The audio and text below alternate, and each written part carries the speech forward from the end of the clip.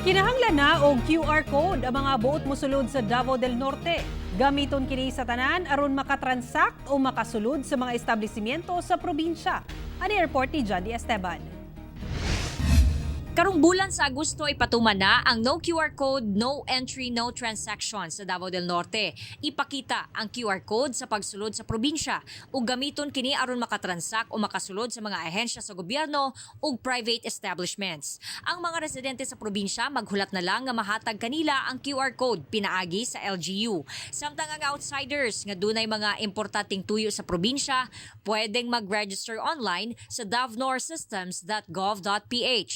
Anausab sila gitagana nga mga booth sa mga checkpoints sa provincial boundaries. Kung asa didto mismo maka-register, iandam lang ang usa ka valid ID nga dunay kompletong pangalan, address ug birth date.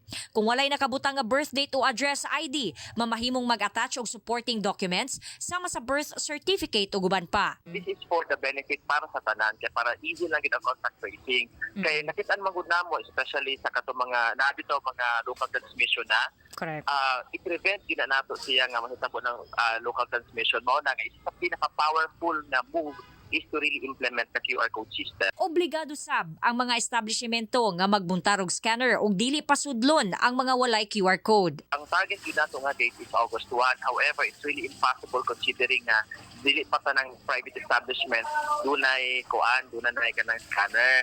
So kulaton sa gyud nato nga ma-reach nato ang 100% nga kanang kanang preparation kay aron gyud implement nato na siya as soon as possible. Istrikto usab nga ipatuman ang social distancing ato sa physical registration ug pag-apod-apod sa mga QR code. Ako si John D. Esteban para sa One Mindanao.